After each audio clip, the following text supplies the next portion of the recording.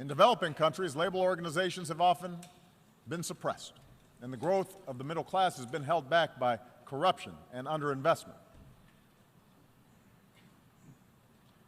Mercantilist policies pursued by governments with export-driven models threaten to undermine the consensus that underpins global trade. And meanwhile, global capital is too often unaccountable. Nearly $8 trillion stashed away in tax havens, and a shadow banking system that grows beyond the reach of effective oversight.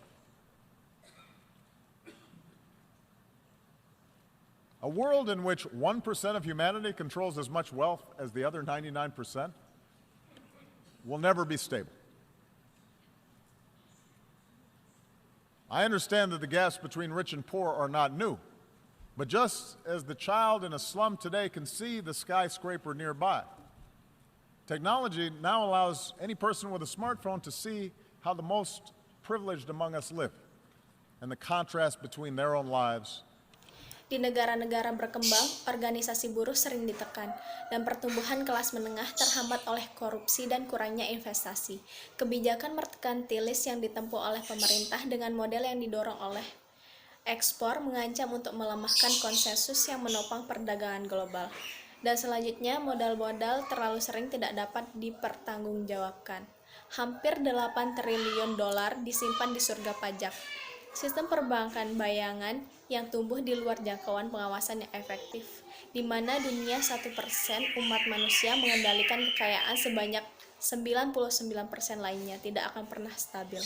Saya mengerti bahwa kesenjangan antara kaya dan miskin bukanlah hal yang baru, tetapi sama seperti halnya anak di daerah kumuh saat ini dapat melihat gedung pencakar langit di dekatnya. Teknologi sekarang memungkinkan setiap orang dengan smartphone untuk melihat bagaimana yang paling istimewa di antara kehidupan kita, dan kontras antara hidup mereka sendiri dan orang lain. Expectations rise then, faster than governments can deliver, and a pervasive sense of injustice undermine people's faith in the system. So how do we fix this imbalance?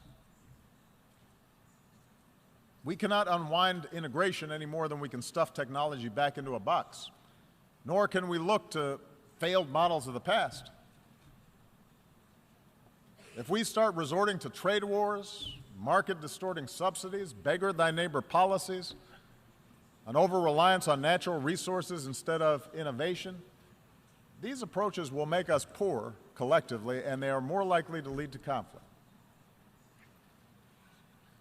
And the stark contrast between, say, the success of the Republic of Korea and the wasteland of North Korea shows that central planned control of the economy is a dead end. But I do believe there's another path, one that fuels growth and innovation and offers the clearest route to individual opportunity and national success. Peningkatan harapan kemudian lebih cepat dari apa yang dapat diberikan oleh pemerintah, dan rasa ketidakadilan yang meluas merusak kepercayaan orang pada sistem tersebut. Jadi bagaimana kita memperbaiki ketidakseimbangan ini? Kami tidak dapat melepaskan integrasi seperti halnya kami dapat memasukkan kembali teknologi ke dalam kotak.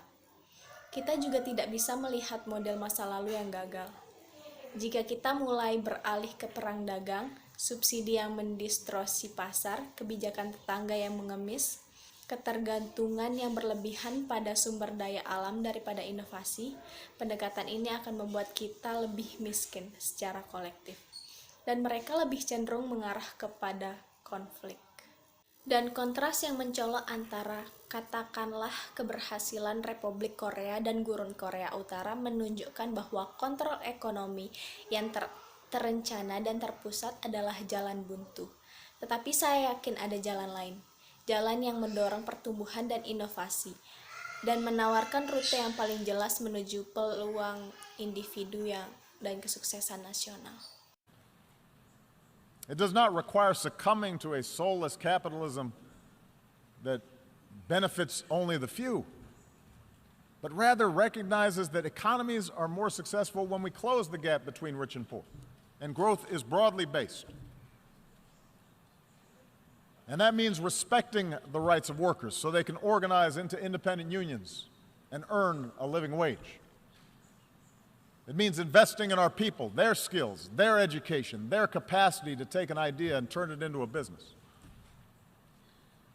It means strengthening the safety net that protects our people from hardship and allows them to take more risks, to look for a new job or start a new venture. These are the policies that I've pursued here in the United States, and with clear results. American businesses have created now 15 million new jobs. After the recession, the top 1% of Americans were capturing more than 90% of income growth, but today that's down to about half. Ini tidak mengharuskan menyerah pada kapitalisme tanpa jiwa yang hanya menguntungkan segelintir orang, tetapi lebih mengakui bahwa ekonomi lebih berhasil ketika kita menutup kesenjangan antara kaya dan miskin, dan pertumbuhan didasarkan secara luas. Dan itu berarti menghormati hak-hak pekerja sehingga mereka dapat berorganisasi menjadi serikat pekerja independen dan mendapatkan upah yang layak.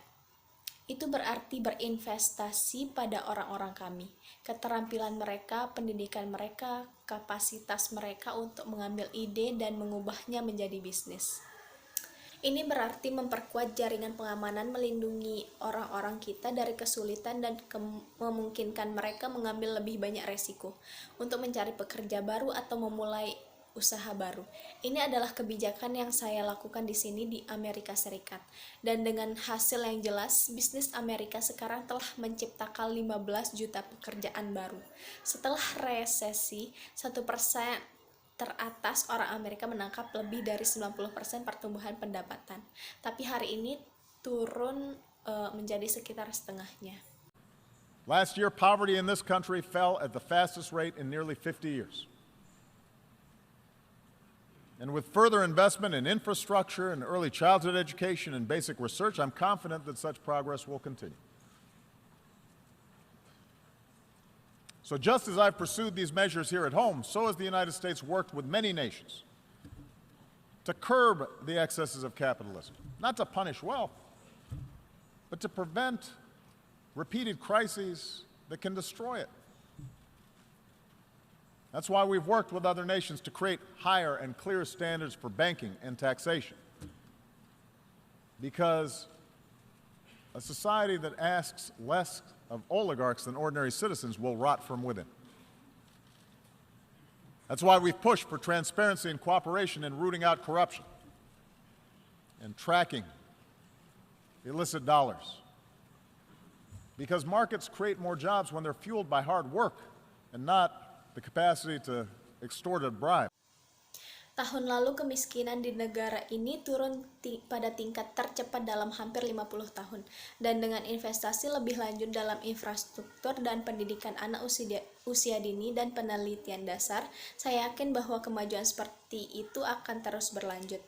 Jadi sama seperti saya telah menerapkan langkah-langkah ini di dalam negeri, begitu pula Amerika Serikat bekerja sama dengan banyak negara untuk mengekang ekses kapitalisme, bukan untuk menghukum kekayaan, tetapi untuk mencegah krisis berulang yang dapat menghancurkannya. Itulah mengapa kami bekerja dengan negara lain untuk menciptakan standar yang lebih tinggi dan lebih jelas untuk perbankan dan perpajakan. Karena masyarakat yang meminta lebih sedikit oligarki daripada warga biasa akan membusuk dari dalam. Itulah sebabnya kami mendorong transparansi dan kerjasama dalam memberantas korupsi dan melacak dolar ilegal.